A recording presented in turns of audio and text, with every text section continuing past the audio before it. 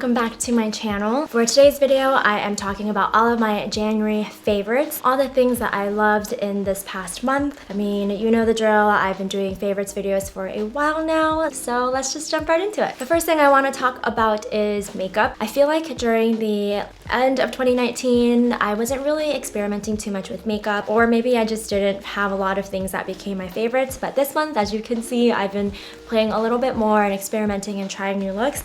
So I do have some eyeshadow palettes that I've been playing around with that I want to share with you. The first one is from Nars. This is their Afterglow eyeshadow palette, and I did work with them on a campaign on Instagram, but I do really love this palette. If you follow me on Instagram or have watched my past few videos, you might have noticed I had this reoccurring makeup look, and the makeup look is the one where I wore this pink eyeshadow color on the bottom lash line, and I wore that look a lot. It was my go-to look, and I just loved the pop of color. I loved how bold and vibrant the pink was, and I just find Nars shadows in general are very easy to work with. They're very blendable. I do love how warm-toned this eyeshadow palette is. The only thing is there are a lot of warm-toned eyeshadow palettes out there. If you already have a warm-toned eyeshadow palette, you probably don't need another one, but if you're looking to invest in a warm-toned eyeshadow palette, then I would highly recommend this one for your consideration, because there's a really nice mix of shimmers and mattes in here. There's a nice mix of oranges,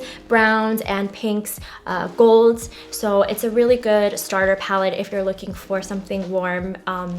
This is a really nice one. The next palette I want to talk about is the Huda Beauty Mercury Retrograde palette. It is just really pretty. I mean, the packaging, the purple, I really love it. This palette has a really wide range of colors, and I actually just used this. Sorry, it's really bright. I actually just used this in my most recent Get Ready With Me video, where I did the like purple look with the glitters in the middle, and I really love this palette for the glitters. The glitters in this palette are so freaking pretty and velvety and so nice to work with. The matte colors in here are also really nice, but it was the glitters that got me. It just was so good.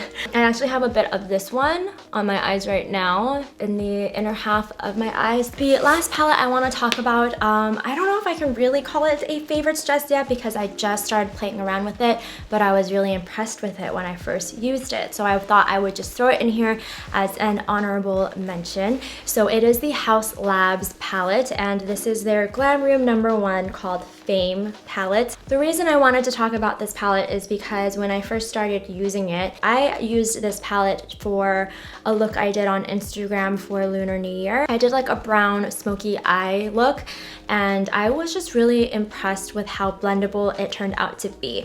When I first picked up the eyeshadow color and applied it on my eye, it came out to be so dark and a little bit patchy that I was worried at how it would blend out, but it actually blended out so beautifully. I was really impressed with the gradient that I ended up with and the colors, and it was just really, really nice. I think that means that you can really control the intensity of how you want your eyeshadow to be, but I can't really say because I've only used it once. I want to talk about a fashion favorite next, and it's this pair of boots right here.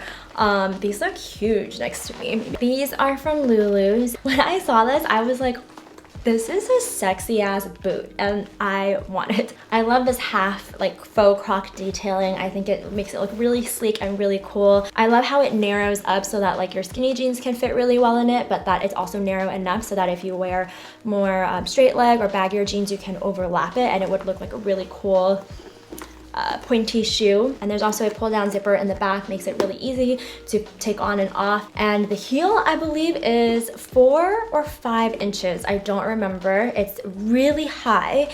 And I'm going to be 100% honest, these are the most uncomfortable pair of heels, boots I've ever worn because of how high the heel is. I don't think I've ever had this high of a boot. I really want to say this is like, I think it's like 4 inches, but it's just really steep. So it does take a toll on the foot and the leg.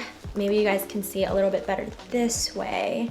I get a lot of questions on this boot. It's a really sexy boot, and I love wearing these, but they are my most uncomfortable pair of shoes ever.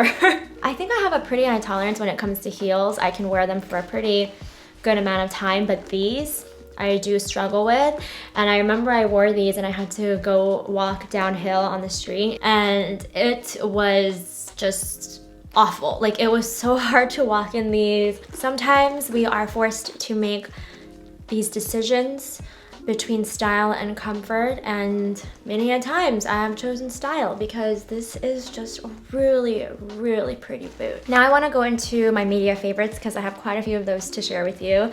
Let's start with movies first. So in January, I did end up watching Parasite, and it is just as good as everyone says it is. If you haven't heard of Parasite yet, I will give you a little summary. It's a South Korean movie that follows the story mainly of a poor, low-income family of four, a mother, father, brother, and sister. It is just amazing, the types of commentary that is made throughout the movie about society, about the rich and the poor, and I feel like it's just such a relevant theme. For me, usually when a movie is just so hyped up and is so good and just talked about very often, I go into it with even higher standards than I would have if I had never heard anything about it or if I heard very little about it. But going into this movie and leaving it, I was like, this really is as good as everyone says it is. It is amazing and jarring, and it is shocking. And I left the theater just so stunned at what I had seen. If you needed another person, another reason to go watch this movie, I hope that I can be it for you right now. The next media favorite I want to talk about is a TV series called The Witcher. It's actually a series on Netflix. It's a fantasy series. It stars Henry Cavill. It is actually based off of a video game, which is also based off of a series of short stories, and this TV series is amazing, especially if you love fantasy. So I freaking love fantasy. It really rekindled and made me realize how much I love and missed watching fantasy themed movies and TV series and all of that. It made me think about getting my next tattoo and it being a fantasy themed tattoo. We'll see. But yes, back to The Witcher. So you follow Henry Cavill's character, and he is a witcher, which is like this blend of human with these really supernatural powers. He's like really strong and he fights monsters, and you kind of follow his story and the story of these two other female characters and how their destinies are intertwined. I'm going to be honest though, when I first started watching it, the first 2 episodes of the series were a little bit slow for me. It took me a while to catch on and really get hooked. The 3rd episode was a bit faster, and then the 4th episode was my favorite. I've seen that episode so many times because it was so good, and there's actually a lot of comedy and funny parts throughout the series. It's actually pretty funny. It made me laugh quite a bit. And Henry Cavill does an amazing job portraying the Witcher. I was so impressed with his acting. There were so many subtle things that made the character who the character was, and it was just portrayed really, really well. I want to talk about a couple songs that I really loved last month, and the first one is called Cheerios and Chocolate Milk by Theo Kandel. Gotta have hope and freedom and light in the dark, believing it's laugh when you should be grieving, it's staying when you should be leaving, it's seeing when things are deceived. Cheerios and Chocolate Milk is a song about growing up and a song about reminiscing about the past, and also a song about staying positive when it's really hard to. I love so much about the song, from the melody, the beat, to the message, the lyrics. It's just a really good song that pulled at my heartstrings, so I really like that one. The second song I want to share is called Pisces, and it's by an artist named Miranda. I guess the stars align just right.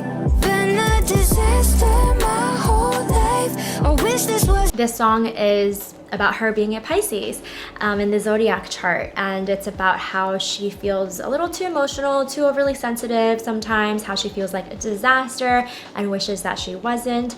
And I really love the song for its melody. I love her voice in it, and I feel like it's a pretty relatable song for me, and I'm sure a lot of us out there who feel a little bit emotional or sensitive sometimes. Those were all of my favorites from the month of January. If you had any favorites, please share them in the comments down below. I would love to know, and I will see you in my next video. Bye!